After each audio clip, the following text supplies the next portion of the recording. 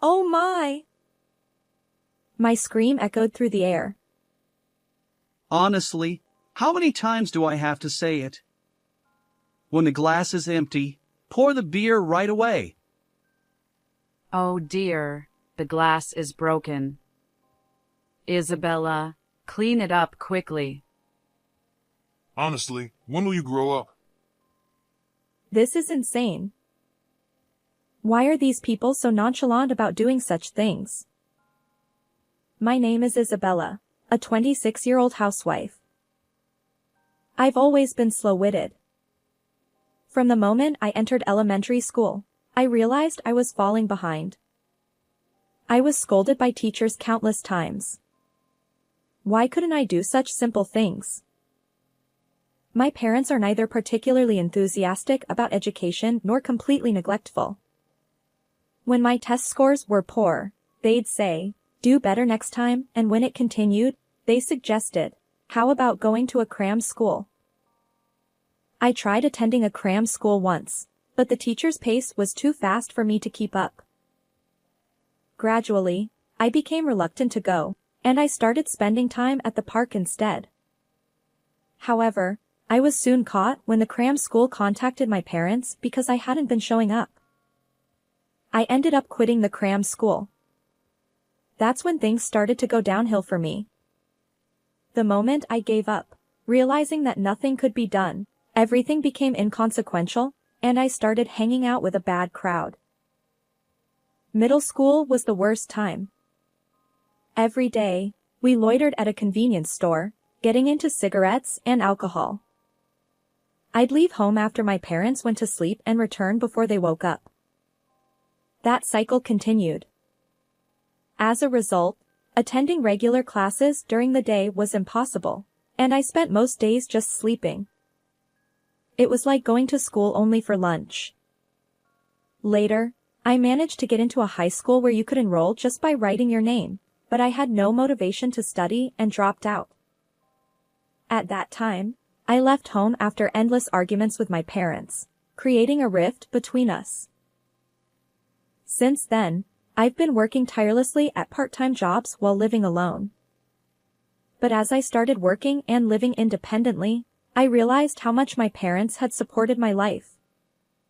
The chores my mother did as a matter of course weren't actually ordinary, and my father going to work every day wasn't a given. I understood how I had taken their support for granted and how naive I had been. Still, back then, due to a mix of pride and embarrassment, I couldn't bring myself to visit my parents and apologize. After that, I resolved to live earnestly. In between my part-time jobs, I revisited the basics of compulsory education. 3 years later, I passed the GED exam and decided to take the evening courses at a university. Somehow, I managed to scrape by with the minimum passing score.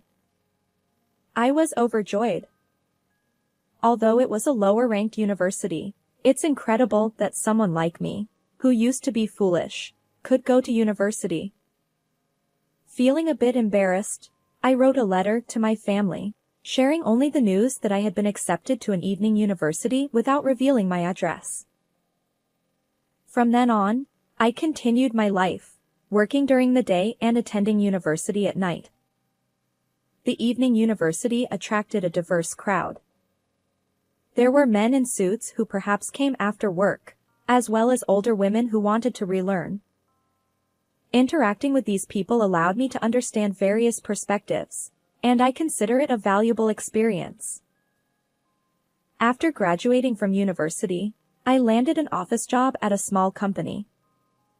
If my old friends saw me now, they'd surely be surprised. My life had changed significantly. And my life took another turn, a meeting with Michael. Michael was a senior colleague at the same company. He was the one who taught me the ropes when I joined. Eventually, he started inviting me out for meals, and our relationship naturally blossomed. 3 years later, he proposed, and we got married. He wanted me to focus on our home, so I decided to leave my job. I never dreamed that the rebellious girl I once was would end up leaving her job for marriage. When it came to informing my parents about the marriage, I could only do so through a letter. After all, we had parted ways in a heated argument back then, and I feared they might no longer care about me. Following our marriage, I ended up living with my in-laws in their home. My husband was the eldest son, and it was customary for the in-laws to live together. During the marriage introduction, I didn't have a negative impression of my in-laws, and there was a part of me that craved family love, so I agreed to cohabitate without much thought. Little did I know that this would mark the beginning of a living hell. I began experiencing severe mistreatment from my in-laws and husband. Isabella! Your cleaning is far too slow. Bathroom, toilet, weeding the garden. Do it more efficiently. Hey! I asked for tea. How long do I have to wait? Unbelievable. Hey, for breakfast, I prefer bread. I'll have yogurt. Mornings are for yogurt and fruit. My in-laws and husband were shamelessly demanding. Despite this, I clung to the strange notion that I needed their approval to be accepted by this family and in this house. So, I continued to be meek. Unfortunately, this only fueled their audacity even further. Isabella, give me a massage. Ah, excellent. I'll be next. Well then, after Dad, maybe I'll get one too. One person, 30 minutes each, for a total of an hour and a half of massages. And afterward, I brewed tea and served store-bought dessert to everyone, as if I were a housekeeper. I gradually began to suspect that I was being used for their convenience by my in-laws and husband. As a result, imperfections started creeping into the household chores I had previously executed flawlessly, and my in-laws and husband began blaming me for those shortcomings. Their tyranny escalated, and before I knew it, my in-laws and husband had turned into terrible manipulative individuals. Oh my! My scream echoed through the air. Honestly, how many times do I have to say it? When the glass is empty, pour the beer right away. He slammed the table as he spoke.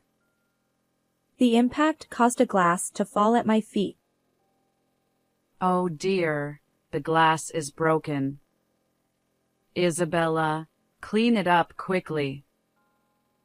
Honestly, when will you grow up?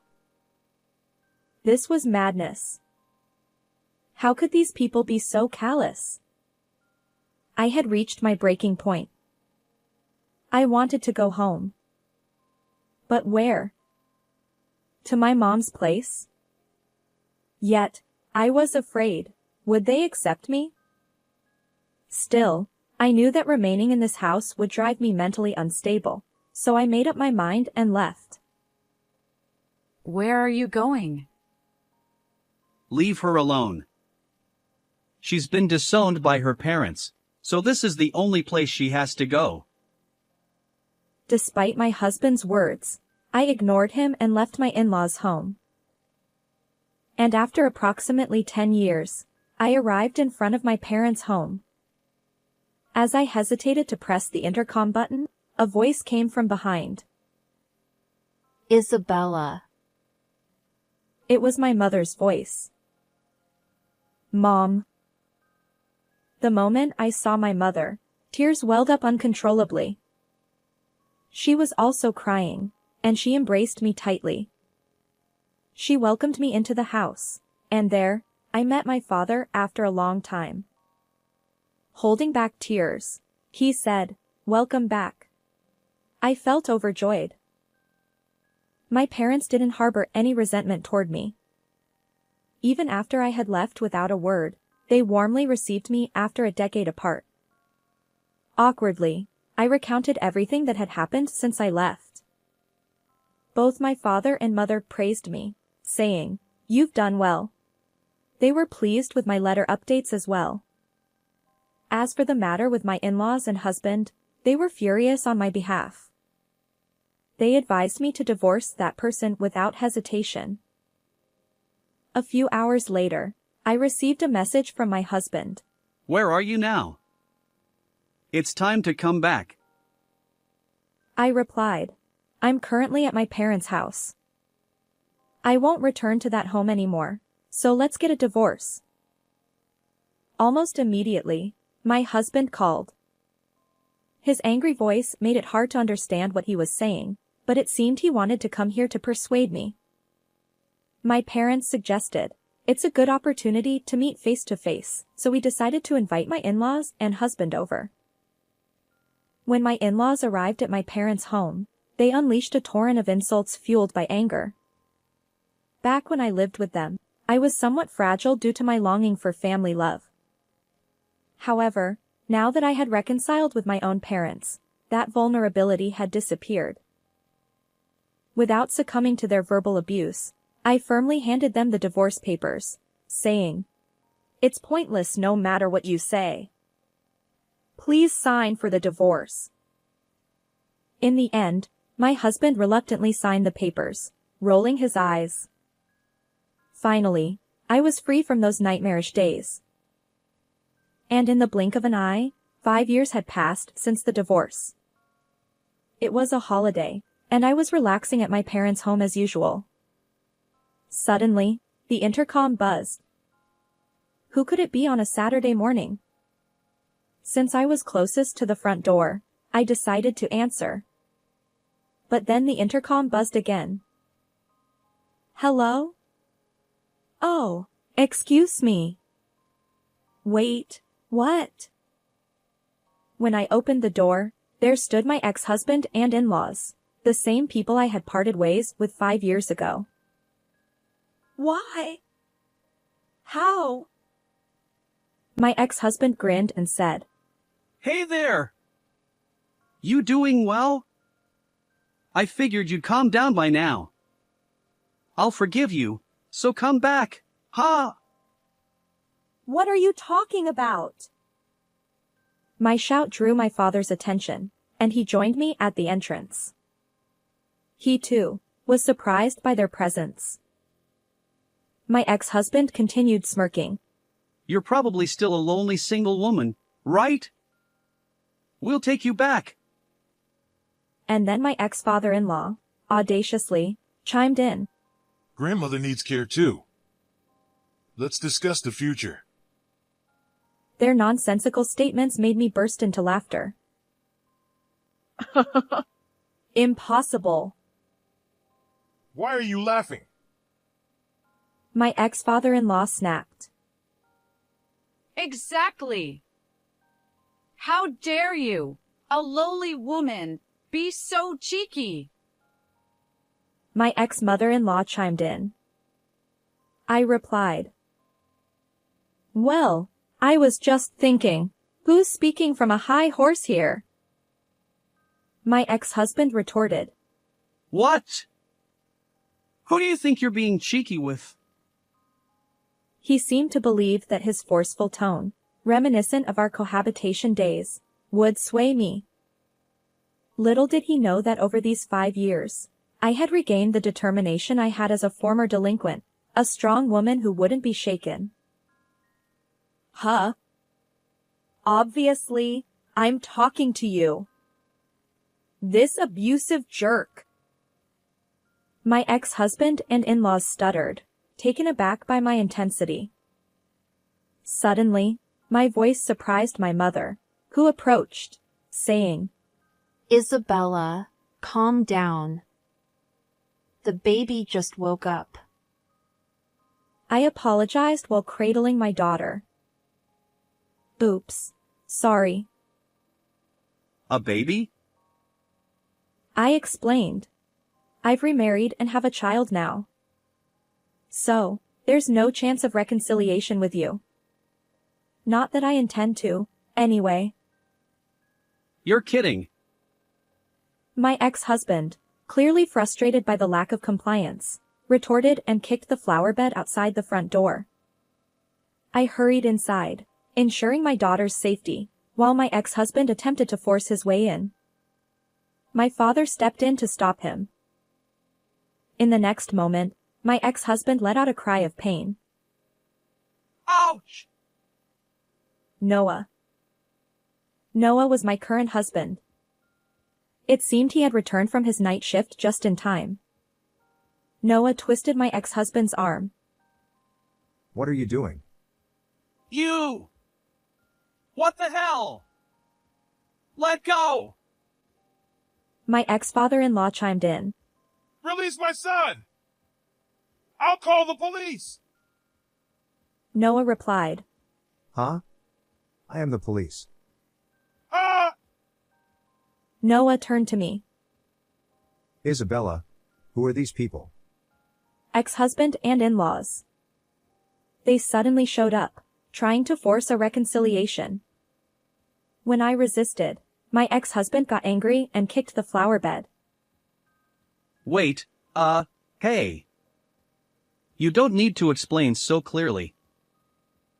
Noah declared. They're completely out of line. I'll call for backup. This is ridiculous. Soon after, a police car arrived, and my ex-in-laws and ex-husband were taken away. The neighbors watched like curious onlookers, and my ex-in-laws and ex-husband hung their heads in embarrassment as they got into the police car. And the reason my ex-in-laws and ex-husband visited me was as follows.